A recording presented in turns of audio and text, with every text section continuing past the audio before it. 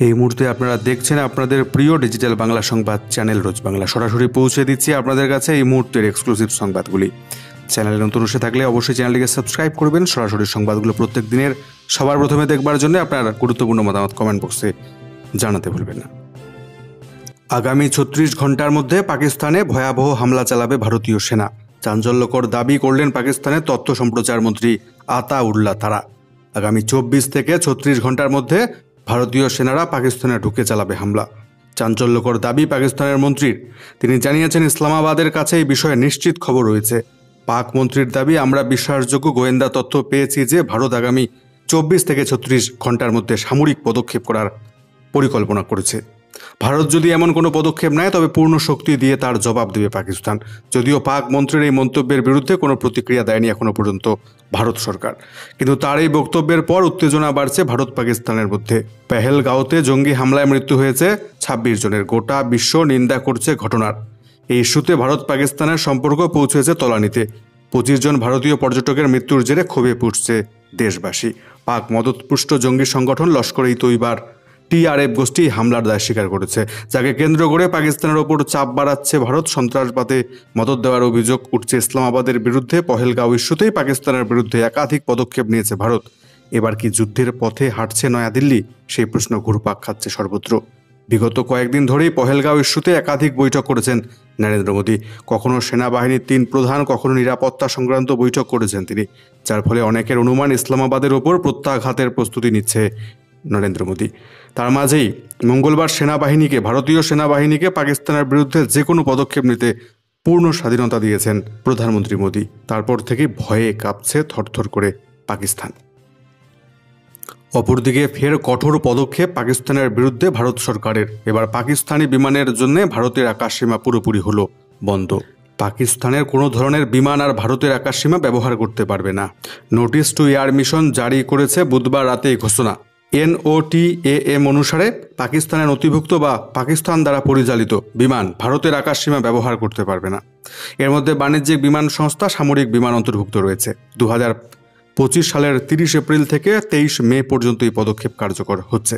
পহেলগাঁওয়ে হামলার পরেই পাকিস্তানের তরফে ভারতীয় বিমান চলাচলের ক্ষেত্রে তাদের আকাশসীমা বন্ধ করে দিয়েছে পাকিস্তান। এমনকি নয়াদিল্লির সম্ভাব্য প্রতিশোধের আশঙ্কায় পাকিস্তানি বিমান সংস্থাগুলি ভারতীয় আকাশসীমা এড়িয়ে চলতে শুরু করেছিল। এসবের মধ্যেই ইসলামাবাদকে শায়েস্তা করতে এবার আরও এক কঠোর পদক্ষেপ নয়াদিল্লির। ইতিমধ্যে সিন্ধু জলচুক্তি স্থগিত করেছে ভারত সরকার। আঠারি ওয়াগা সীমান্তে সম্বন্ধিত চেকপোস্টও বন্ধ করে দেওয়া হয়েছে। এছাড়া বৈধ কাগজপত্র নিয়ে ভারতে প্রবেশকারী পাকিস্তানি নাগরিকদের নির্দিষ্ট সময়ের মধ্যে পাকিস্তানে ফিরে যাওয়ার কঠোর নির্দেশ জারি রয়েছে ভারতে। এবার সেই কড়া পদক্ষেপের তালিকায় যুক্ত হলো পাকিস্তান বিমানের জন্য ভারতীয় আকাশসীমা বন্ধের ঘোষণা। অযোধ্যায় বাবরি মসজিদ গড়বে পাকিস্তান সেনা। সংসদে দাঁড়িয়ে বিস্ফোরক মন্তব্য পাক সেনেটরের। বাবরি মসজিদ তৈরি হবে অযোধ্যায়। সেই মসজিদ স্থাপনের প্রথম ইট গাঁথবেন পাকিস্তানের সৈনিকরা। মসজিদের প্রথম আজান দেবেন পাকিস্তানের সেনা প্রধান। সংসদে দাঁড়িয়ে এমন বিস্ফোরক মন্তব্য করলেন পাক সেনেটর পালওয়াসা মোহাম্মদ জাই খান। পহেলগাঁও হামলার পরেই ইতিমধ্যে ভারত পাক দ্বিপাক্ষিক সম্পর্কে উত্তেজনা বাড়ছে। তার মধ্যে বিতর্কিত মন্তব্য পাক সেনেটরের। মঙ্গলবার পাক সংসদের উচ্চকক্ষে ভাষণ দিচ্ছিলেন পালওয়াসা। ভারত পাকিস্তান টানাপোড়েনের মধ্যেই নিজের ভাষণে বিস্ফোরক দাবি করলেন তিনি। ভাইরাল ভিডিওতে দেখা যাচ্ছে পালওয়াসা জানাচ্ছেন, অযোধ্যার বাবরি মসজিদের প্রথম ইট স্থাপন করবেন পাকিস্তানি সৈনিকরা, আর সেই মসজিদে প্রথম আজান দেবেন সেনাপ্রধান আসিম মুনির স্বয়ং। আমরা মোটেও চুরি পরে বসে নেই। যুদ্ধের আবহে সেনেটরের এমন হিংসাত্মক মন্তব্য ভাইরাল হয়েছে নেট দুনিয়ায়। শুধু বাবরি মসজিদ নয়, ভারতীয় সেনা প্রসঙ্গেও বিভাজনমূলক মন্তব্য করেছেন পাক সেনেটর। তার কথায়, ভারত যদি পাকিস্তানে আক্রমণ করে তাহলে নাকি শিখ ধর্মাবলম্বীরা তাতে অংশ নেবে না। পালওয়াসার আজব যুক্তি, ভারত যে পাকিস্তানকে এত হুমকি দিচ্ছে, ওদের জানিয়ে দিতে চাই যে ভারতের শিখ সৈনিকরা মোটেও পাকিস্তানকে আক্রমণ করবে না, কারণ এটা তাদের কাছে গুরু নানকের দেশ। উল্লেখ্য, পহেলগাঁও হামলার পর একাধিকবার উস্কানিমূলক মন্তব্য করা হয়েছে সীমান্তের ওপার থেকে। প্রাক্তন পাক বিদেশমন্ত্রী তথা পাকিস্তান পিপলস পার্টির প্রধান বিলাওয়াল ভুট্টো বলেছিলেন, সিন্ধু নদ আমাদের, আর আমাদেরই থাকবে, হয় এখান দিয়ে জল বইবে নয়তো ভারতীয়দের রক্ত। বিলাওয়ালের মতোই উস্কানিমূলক মন্তব্য এবার শোনা গেল আরও এক পাক নেত্রীর মুখে। নজর রাখছি পরের গুরুত্বপূর্ণ সংবাদটির দিকে। মমতা ব্যানার্জির আঁচলের তলায় থেকে বড় হয়ে আসা নেতারা বিজেপি শেখাচ্ছে আমাকে। শুভেন্দু সৌমিত্রকে তোপ দাগলেন দিলীপ ঘোষ। দীঘার জগন্নাথ মন্দির উদ্বোধনে গিয়ে প্রবল বিতর্কের মুখে বিজেপি নেতা দিলীপ ঘোষ। দলের তাবড় নেতা থেকে কর্মী সমর্থক সোশ্যাল মিডিয়ায় ক্ষোভ উগরে দিয়েছেন অনেকেই। মুখ্যমন্ত্রীর সঙ্গে সস্ত্রীক দিলীপের আড্ডার ভিডিও ভাইরাল হয়েছে সোশ্যাল মিডিয়ায়। জারি হয়েছে দলবদলের জল্পনা। দীঘা থেকে ইস্যুতে মুখ খুললেন দিলীপ ঘোষ। নাম না করে তুলোধনা করলেন রাজ্যের বিরোধী দলনেতা শুভেন্দু অধিকারী, সৌমিত্র খাঁ সহ অন্যান্যদের। বললেন, মমতার আঁচলের তলা থেকে বড় হয়ে আমাকে বিজেপি শেখাচ্ছে এখন। দিলীপের সাফ কথা, রাজনীতি ছাড়লেও পার্টি ছাড়বো না।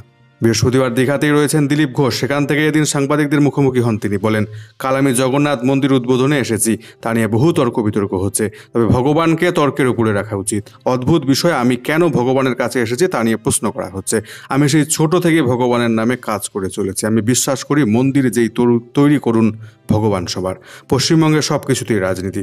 এরপরে তিনি বলেন, আমার দলের কর্মীরা কেউ খুব কষ্ট পেয়েছেন দেখছি, ভাবছেন সুইসাইড করবেন কিনা। তাদের বলছি, বিজেপি করতে গেলে হতাশায় ভুগলে চলবে না। এরপরেই নাম না করে শুভেন্দু অধিকারীকে নিশানা করেন দিলীপ ঘোষ। বলেন, দিলীপ ঘোষের দিকে আঙ্গুল তোলার হিম্মত কারণেই আমাকে হিন্দুত্ব বোঝাবেন না।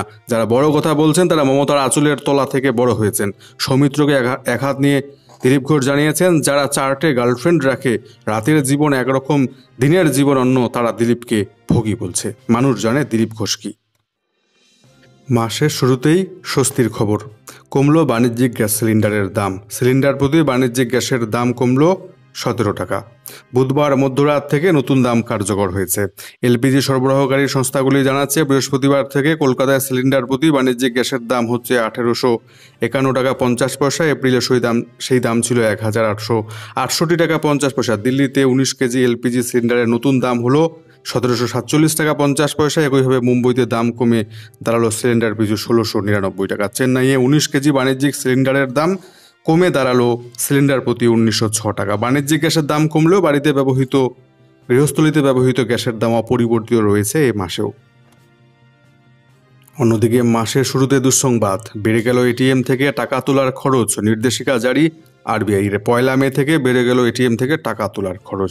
নিজের ব্যাংকের ক্ষেত্রে গ্রাহকরা এবার থেকে 5 বার ফ্রিতে টাকা তুলতে পারবেন নিজের ব্যাংকের এটিএম থেকে। অন্য ব্যাংকের এটিএম থেকে টাকা তুলতে পারবেন বিনামূল্যে 3টি। দেশের প্রত্যেকটি মেট্রো স্টেশনে এই নিয়ম চালু রয়েছে। আরবিআইয়ের ঘোষণা অনুযায়ী 1 মে থেকে নতুন হারে এটিএম চার্জ চালু হচ্ছে। গ্রাহকদের পকেট থেকে খসবে এবার 23 টাকা প্রত্যেকটি এটিএম চার্জে। ওই টাকা আগে ছিল 21 টাকা, সেটা বেড়ে দাঁড়াচ্ছে 23 টাকা। নতুন এই নিয়মে দেশের প্রত্যেকটি ব্যাংকে লাগু হবে। এবার থেকে গ্রাহকরা যদি নিজের ব্যাংকের এটিএম থেকে টাকা তুলতে যান, তাহলে তারা 5 বার ফ্রিতে টাকা তুলতে পারবেন। 6 বার টাকা তুলতে গেলে তখন থেকে তাদেরকে 23 টাকা প্রত্যেকবার চার্জ দিতে হবে। এবং অন্যান্য ব্যাংকের এটিএম থেকে টাকা তুলতে গেলে 3 বার বিনামূল্যে টাকা তুলতে পারবেন এবং পরবর্তীকালে টাকা তুলতে গেলে কিন্তু চার্জ দিতে হবে। অপরদিকে অন্ধ্রপ্রদেশের সিংচলমে বিপর্যয়, মন্দিরের দেওয়াল ধসে মৃত 7, আহত 4।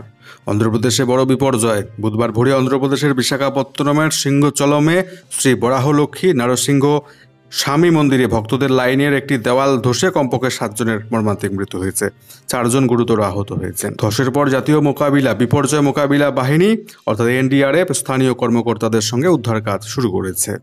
ঘটনার পরপরই রাজ্যের স্বরাষ্ট্রমন্ত্রী ঘটনাস্থলে ছুটে গিয়েছেন। মুখ্যমন্ত্রী চন্দ্রবাবু নাইডু ঘটনায় দুঃখ প্রকাশ করেছেন। প্রাণহানির জন্য সমবেদনা জানিয়েছেন। নিহতদের পরিবার পিছু 25 লক্ষ টাকা, আহতদের প্রত্যেককে 3 লক্ষ টাকা করে ক্ষতিপূরণ ঘোষণা করেছেন।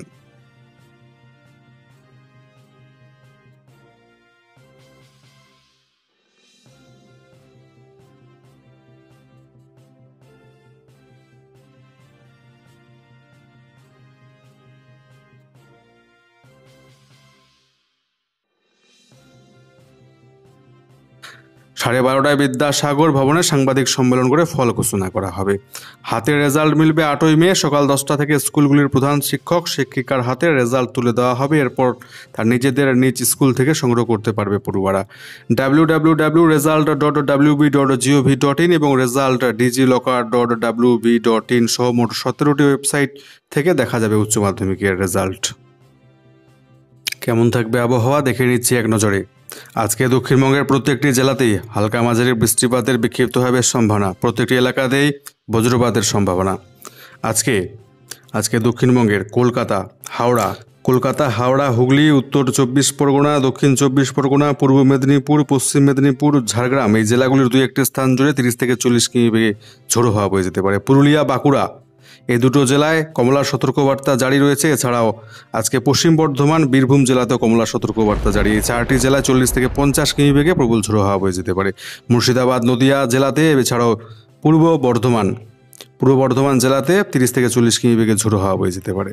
তার সাথে হালকা মাঝারি বৃষ্টিপাত চলবে জেলাগুলিতে। অপরদিকে উত্তরবঙ্গের জেলাগুলিতে বিক্ষিপ্তভাবে সামান্য পরিমাণ হালকা মাঝারি বৃষ্টিপাত চলবে। পাহাড়ি এলাকাগুলিতে বজ্রপাতের সম্ভাবনা। তার সাথে ঝোড়ো হাওয়া 30 থেকে 40 কিমি বেগে চলবে বলে জানাচ্ছে আবহাওয়া দপ্তর।